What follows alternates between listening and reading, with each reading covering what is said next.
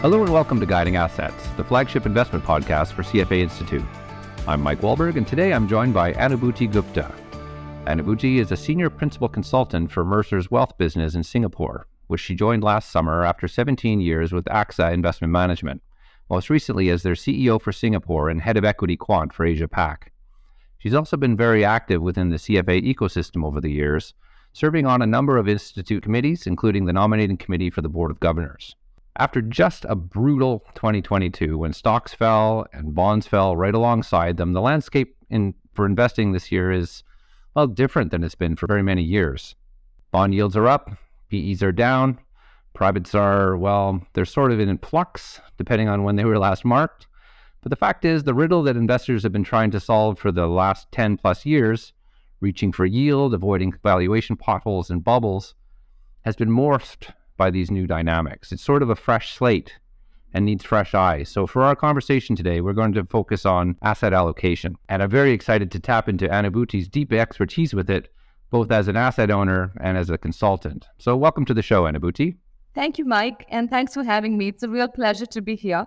And you're absolutely right. We are living in very interesting times, and the changes that we have witnessed in the investing landscape since, in fact, I would say COVID began, are a first for many asset allocators and investors today, including myself. And in fact, 2022 did represent a regime change or multiple regime changes. The shocks that we saw, it simply served to exacerbate the underlying pressures and trigger this massive shift in investing conditions across a number of areas.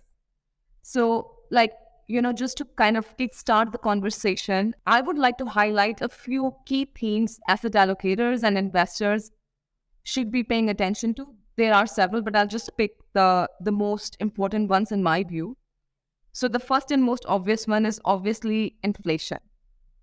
It has been one of the driving forces and concerns over the last 12 months, and in fact, slightly beyond that when it was considered transitory. Now, what we are seeing this year, some of the aspects of inflation are indeed beginning to soften. But in my mind, it remains unclear how long it will take for inflation to really return to a level that resembles the normal or central bank targets, if you will. So there are a number of factors which we are seeing, which I'm happy to touch on later, that suggest that the challenges, we are not out of the woods yet. The challenges of the current inflation bout are far from over. And if anything, inflation risk has actually increased in the long term. So how would you structure a portfolio today then to be resilient to inflation? It's obviously top of mind for investors, but if it's not inflation, it's recession fears, or as you know, in the week that we're recording here in mid-March, it's fears of bank failures in the US. But top of mind for many investors is that inflation nugget there. How do you structure your portfolio to survive it?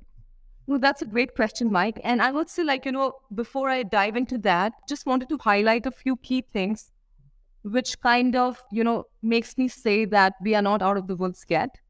Investors continue to remain on alert because the regime itself has changed, especially in regards to inflation. In fact, as I mentioned, it seems unlikely we will simply return to the stable low inflation regime of the post-GFC for several reasons.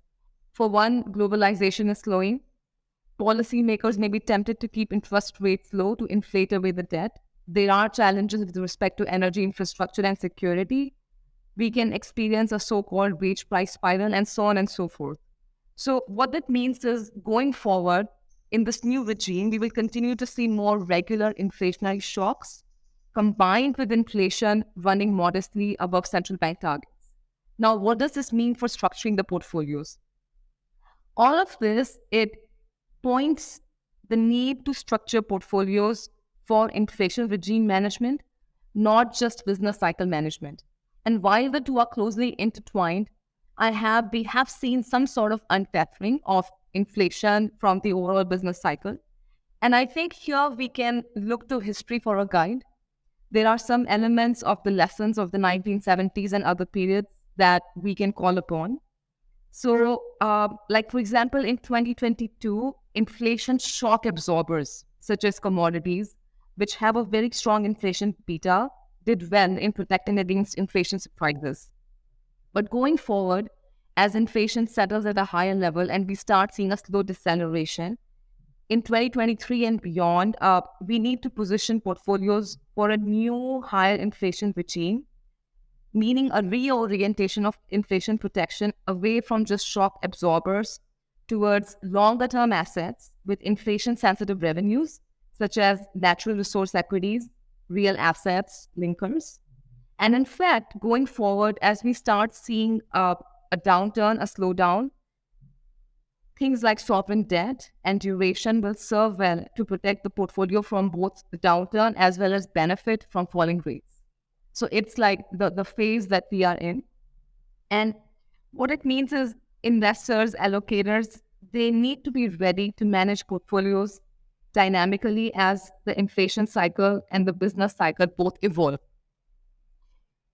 Portfolios, they should remain positioned to weather various economic and inflationary scenarios by including a diversified mix of inflation-sensitive asset classes.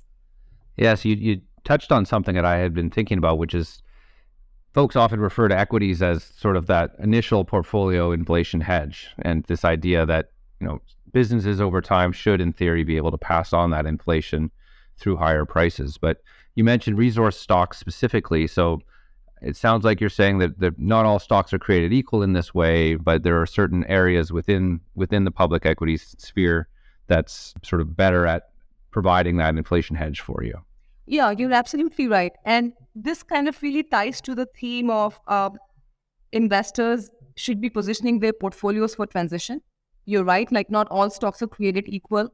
So this, the inflation cycle, the rate hike, it absolutely hammered the valuation of so-called growth equities, which inherently possess long duration characteristics.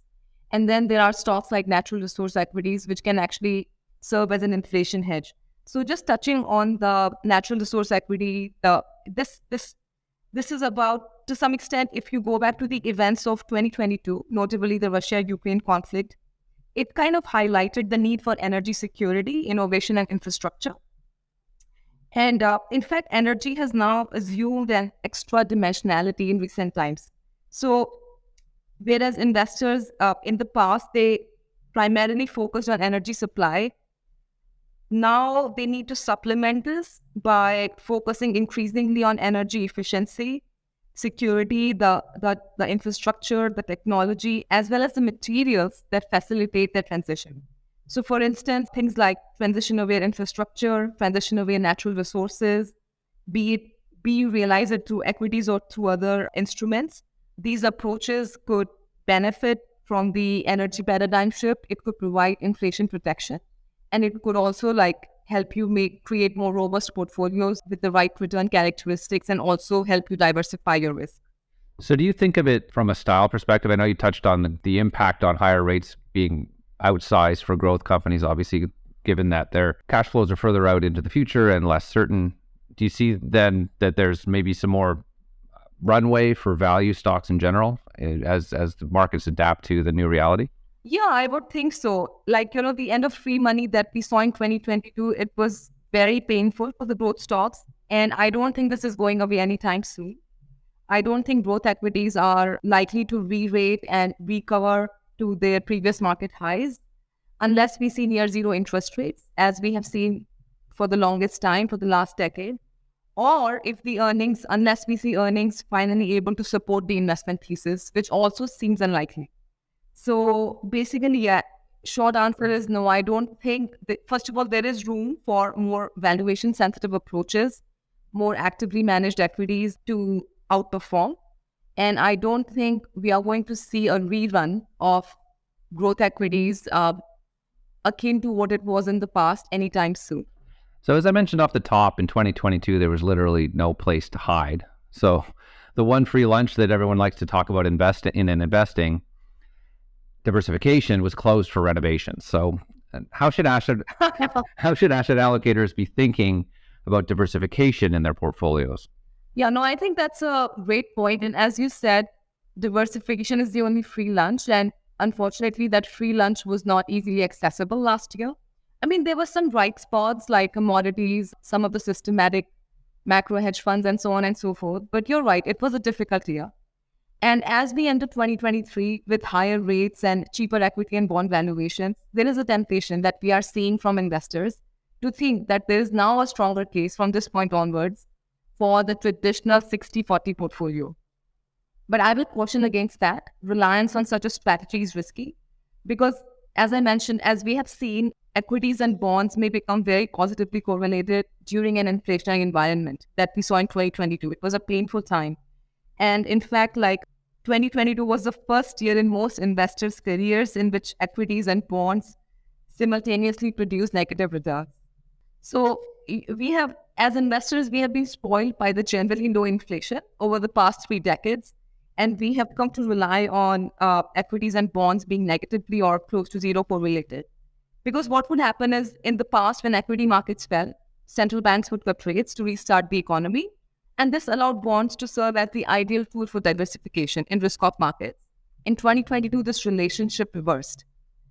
So we need to kind of realize and let it sink in. Markets are operating differently than we have been used to over the past decade.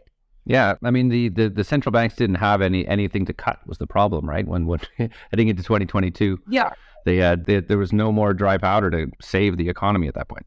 Absolutely, and that's why we should be looking at ways of diversifying more dynamically.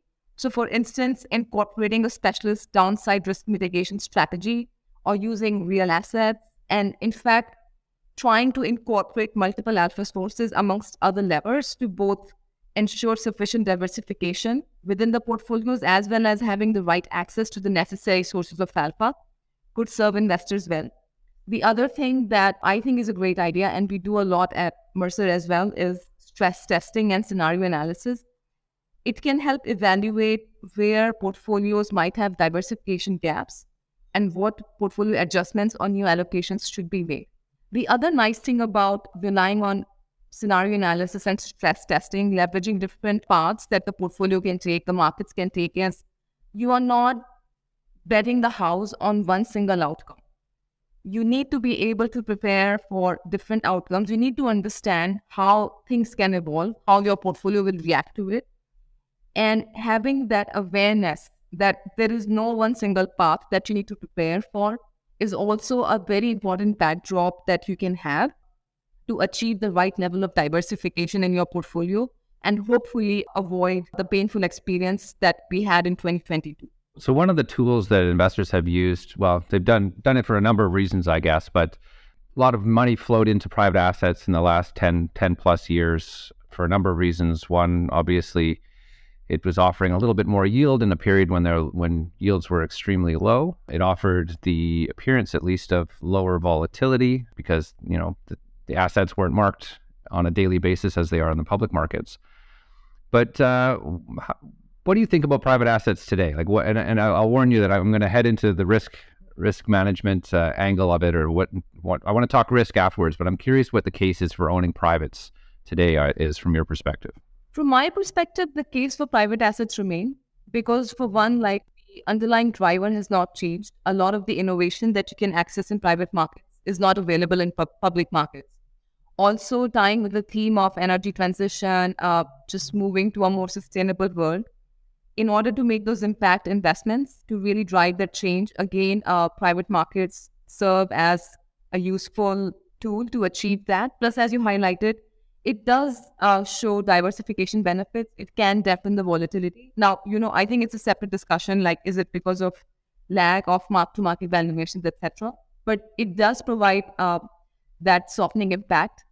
Plus, the other nice thing, it could both be a bad thing and a good thing. And the other nice thing about private markets is people who have long horizons, asset allocators, investors who don't really need the liquidity, they can actually capture that premium through private markets. So what happened after 2022 was, because of public markets falling, private markets lagging in terms of mark-to-market valuations, some investors, they did get over-invested. So in private markets, their allocations were higher than where they would like to be. Yeah, because you can't rebalance, right? Exactly. So it's it does not mean that you need to give up on private market assets. You just need to reassess the total portfolio risk.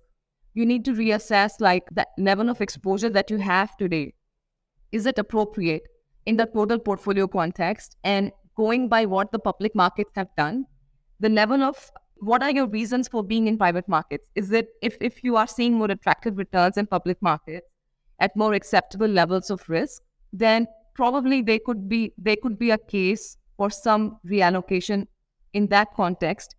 But overall, private markets are going to remain an important component of total portfolios going forward. Is there I know you said it kind of depends on the client and the specific situation for it, but what are you seeing out there in terms of allocations among institutional clients to privates and trend wise, and how much is too much, and is there a rule of thumb for that? Is there a right allocation to privates? That's actually a very hard question to answer. And yeah, there is no good rule of thumb. It really depends on the type of investor we are talking about. So if, let's say, we look at endowments and foundations, they hold their portfolios to perpetuity. The liquidity needs are modest.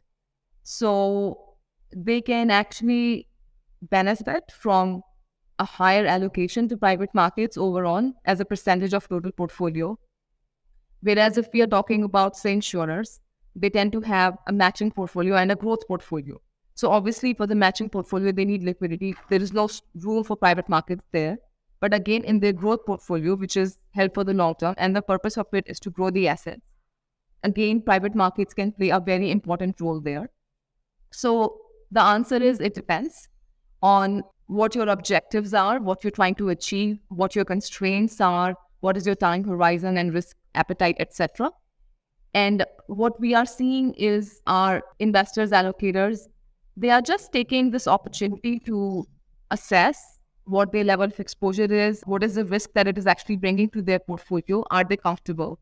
But we are not really seeing any move away from private markets. It's just like a reassessment and readjustment of the amount of exposure that they have and the type of exposure that they have, the type of risk that it is, a careful look at the risk that they have in their portfolio. But that's really it. And in fact, I would say that people should continue with their pacing of commitments. They should not hold back, because some of the best innovations come about in the face of a crisis after the kind of markets that we have seen recently. And also, the other thing that has happened is access has opened up to previously closed funds. So this is also a nice opportunity for investors to access the funds that they could not before the market rout. And here I just also wanted to touch on the importance of governance, actually, because this is one theme that I hold very close to my heart, and it's quality governance. Because as we can see, increasing complexity of investments and uncertainty in markets, what it points really is to the need for enhancements of governance models that allocators and investors have. And I think it's absolutely essential to meet long-term investing goals while also reacting to short-lived opportunities. So private markets, they definitely require sophisticated capabilities to do due diligence, have a good handle on risk. So you absolutely investors need to take a careful look at their in-house resources and how best to optimize them and supplement them.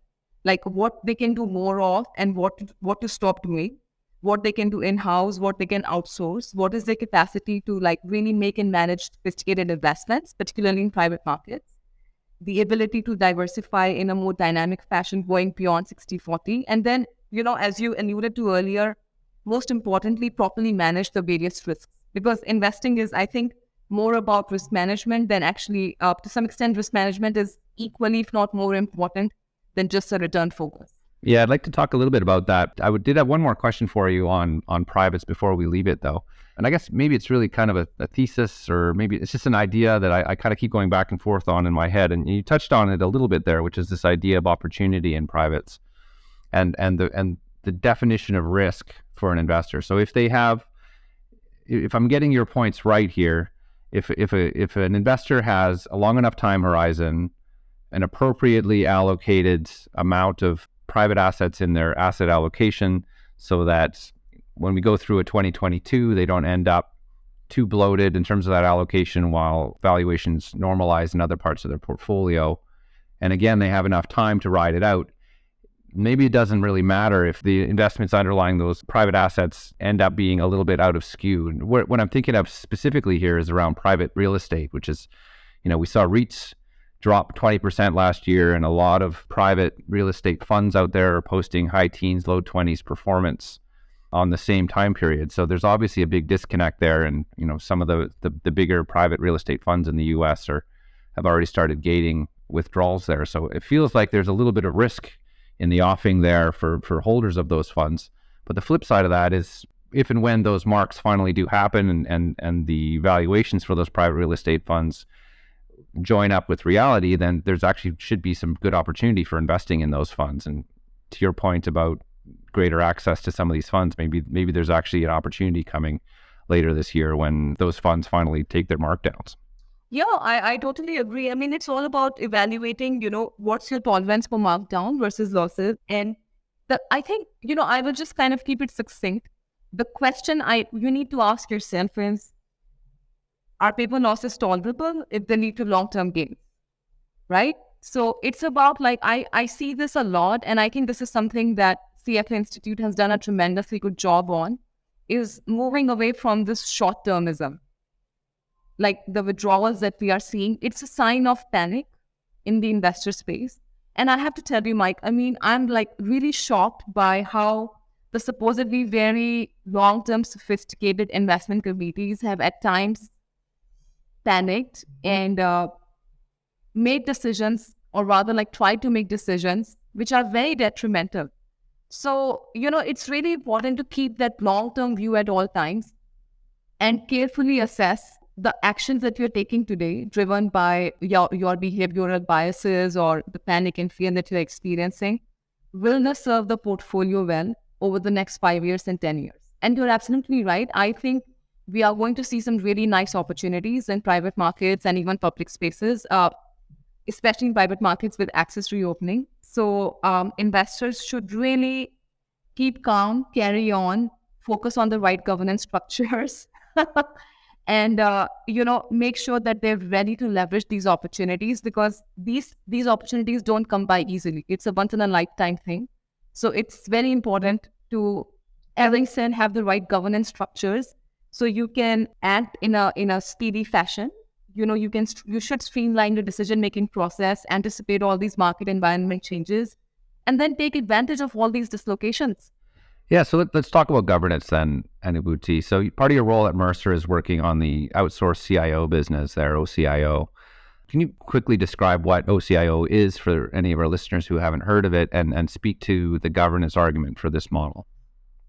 Yeah, absolutely. I mean, OCIO in very simple terms is we are effectively implementing the advice that we give to the asset allocators. So instead of managing assets in-house, both from an from an implementation perspective, asset allocators, they would outsource those assets to actually be managed by Mercer and other OCIO providers. Now, the benefit of this is, you may ask, how is it different from just plain asset management? The thing with OCIO is we work hand in hand with all these asset allocators.